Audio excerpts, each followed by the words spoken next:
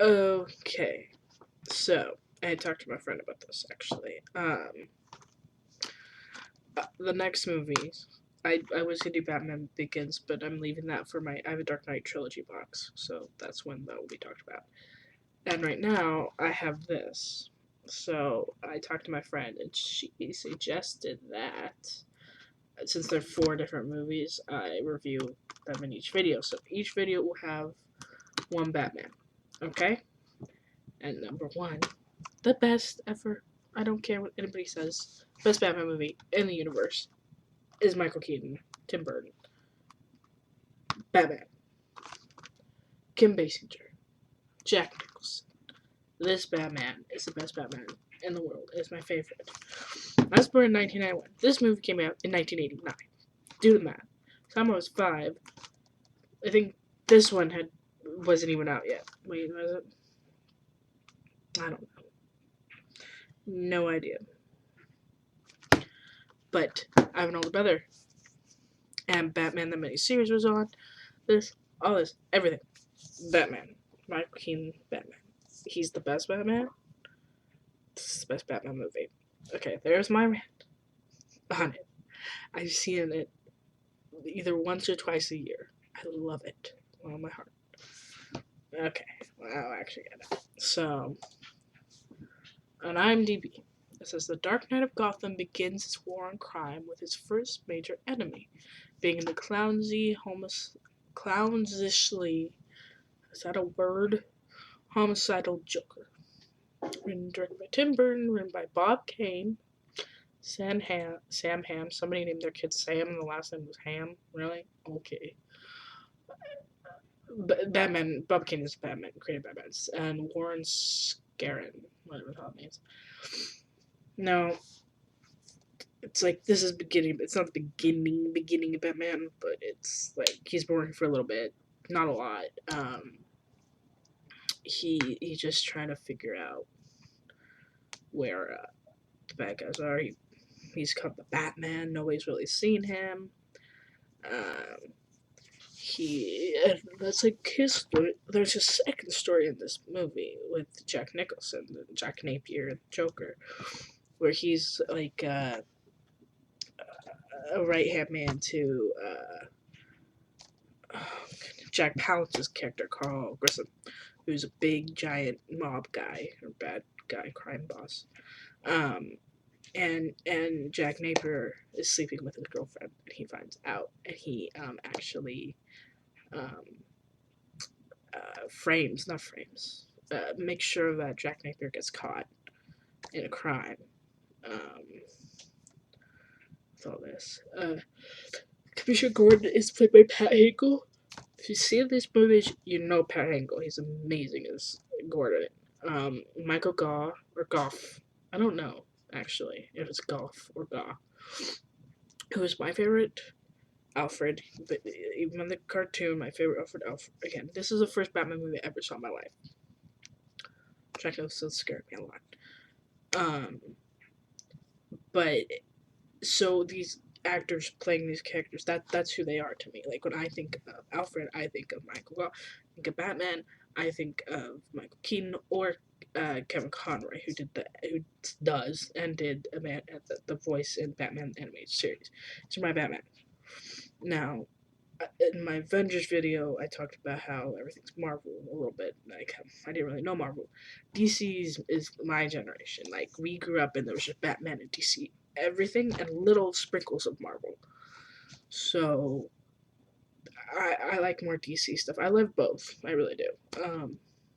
But Alexander Knox is a writer at I almost said the Daily Planet, but it's not the It's the Daily Bugle, something. And he's like obsessed with the Batman. And this new photographer comes in, Kim Basinger, who's gorgeous. And a big blonde, like not really attractive blonde. She's gorgeous and she's super cool as Vicky Vale.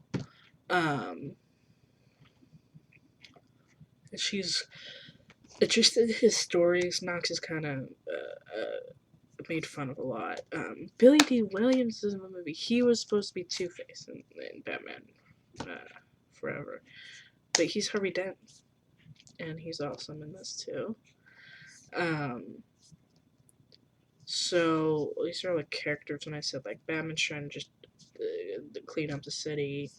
There's Vicky Vale. There's Knox. There's Jack Napier, Jack Nicholson's character, the Joker. They all kind of come together, and like when the sting is up and the cops come and Jack finds out that he's been had. Batman's there, he tries to fight him, he falls in this vat. Batman tries to save him.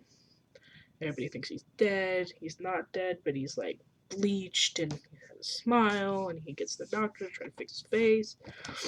And he's gotten a little bit more crazy. He's already crazy to begin with. And he was always playing with cards. Now this isn't like the official like historical fact of Batman and Joker, but it's pretty close. Um but yeah, and then he decides to take on the bad, and he takes on his old boss, and he finds Vicky Vale attractive, and he does a big parade with Prince music. That Prince wrote music specifically for this movie. The scene in the art museum is really awesome. Uh, Michael Keaton as Bruce Wayne is also awesome and different, and he plays it different, and he does it. My only complaint, really, with everybody, like everybody, Christian Bale, he does go, oh, he goes, I'm Batman. Like, he lowers his register normally, so you can't know that it's Bruce Wayne. Like, there's a difference. Apparently, when he was cast, people were upset, sent letters, and then when Ben Affleck was cast, I remember I was like, no, and I was like, it's just like Michael Keaton. Um, but to a lot of people, he is the definitive Batman. Like him and Batman Returns. Like he's the best Batman. Um, Jack Nicholson is a wonderful Joker. The end, so they fight and they're on a big old clock, the bell tower.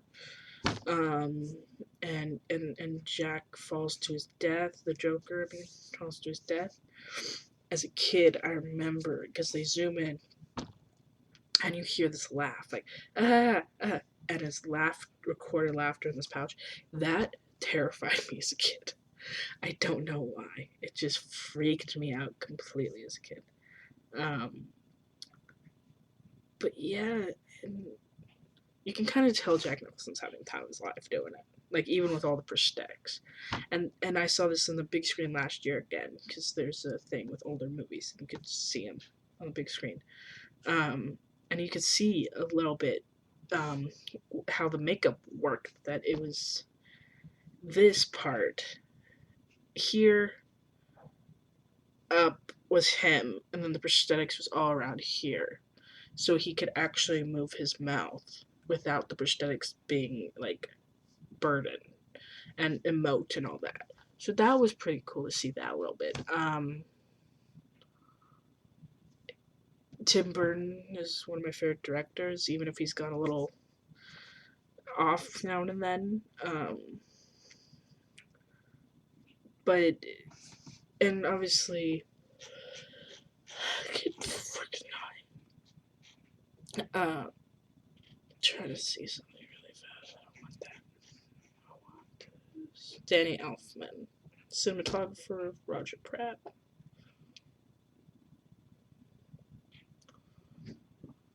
It's a good movie. That's what the bottom says, though. Let's see what the bottom says. It says Gotham City crime boss Carl Grissom effectively runs town, but there's a new crime fighter in town, Batman. Grissom's right-hand man, Jack Napier, brutal man who's not easily sane, not entirely sane, is falling out. Grissom sets Napier out with the police. Napier falls, pin to death, vat of chemicals. He soon reappears as the Joker, starts a reign of terror in Gotham. Meanwhile, Vicky Vale is in the city doing an article on Batman. She soon starts a relationship with everyday persona billionaire Bruce Wayne. She doesn't forget that. They started a relationship, a dating thing, which is pretty fine. That's good. They have chemistry. Michael's really funny in this movie. He is like he gives Batman a little bit more humor without being like silly. especially more as Bruce Wayne, like putting on that persona. Um, Giving Knox a grand. That's funny. People get it. See the movie if you've just seen the Dark Knight trilogy. I think that's the best Batman trilogy ever. Check out Michael Keaton's Batman Tim Burton and understand that it's 89, 2009. It's almost 30 years old. And so there's different technology, but it's so pretty. Oh, it's so pretty. It's a good movie. Okay.